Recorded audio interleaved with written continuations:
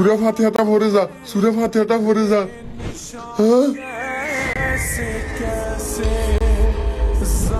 সুরা ফাতিহাটা পড়ে যা, সুরা ফাতিহাটা পড়ে যা, সুরা ফাতিহাটা পড়ে যা, সুরা ফাতিহাটা পড়ে যা, সুরা ফাতিহাটা পড়ে যা, সুরা ফাতিহাটা পড়ে যা বন্ধু। হ্যাঁ হ্যাঁ,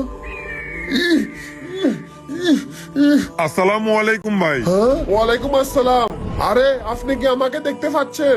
আমি আপনাকে অনেকক্ষণ ধরে ফলো করতেছি। এই কবরস্থানে যেই আসতেছে আপনি তাকে কিছু না কিছু বলতে চাচ্ছেন, কিন্তু আমি এটাই বুঝতেছি না আপনি কি বলতে চাচ্ছেন। যে প্রথমবার আসছিল সে আমার ছোট ভাই ছিল। সে তার বউয়ের কবরে সূরা ফাতিহা পড়তেছিল, তাই আমি বলতেছিলাম যেন আমার কবরে সূরা ফাতিহা পড়ে, কারণ আমি অনেক আযাবের মধ্যে আছি। এরপর দ্বিতীয়বার যারা আসছিল তারা আমার বন্ধু ছিল, তারাও আমার কোনো কাজে আসে নাই। এখন আমি বুঝতে পারছি যে মৃত্যুর পর বন্ধু বান্ধব আত্মীয় স্বজন কেউই কাজে আসে না, কাজে আসে শুধু একমাত্র আমার নেক আমল।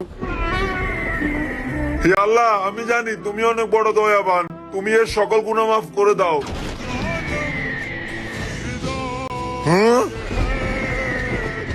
আল্লাহ বড় দয়াবান।